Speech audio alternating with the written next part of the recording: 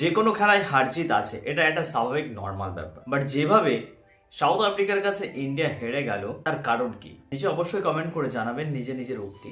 Last over বল করতে আসছে যেসব বলারগুলো, তাদের দিকে একবার দেখা যাক।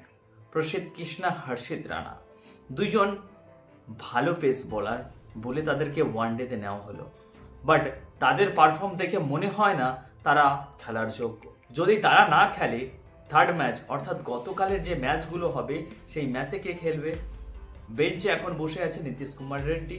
নীতিশ কুমার রেড্ডির কি ওয়াপসি হবে, নাকি আবার এদেরকে দিয়ে একটা ম্যাচ খেলাবে? ক্যাপ্টেনশিপ কি ভাবছে, কে এল রাহুল কি ভাবছে?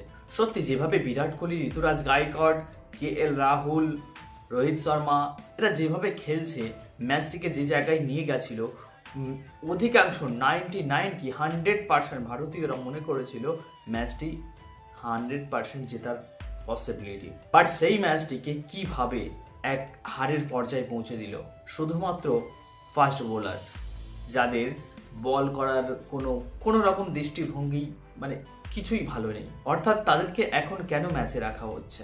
যেসব ওল্ড প্লেয়ার রয়েছে তাদেরকে কেন নিয়ে আসা হচ্ছে না? ভুবনেশ্বর কুমার, ওদিকে মোহাম্মদ শামি, সিরাজ, যাদের পারফরমেন্স ভালো, মোটামুটি মিডিয়াম ভাবে চলে, তাদের দিয়ে কেন খেলানো হচ্ছে না? পুরাতন প্লেয়ারদের কেন তোলা হচ্ছে না? নতুন প্লেয়ার আসলো, তাদের দিয়ে আমরা খেলিয়ে দিলাম, ম্যাচ হারছি কি জিতছি সেটা ব্যাপার না, বাট ভালো পারফর্ম তো করবে।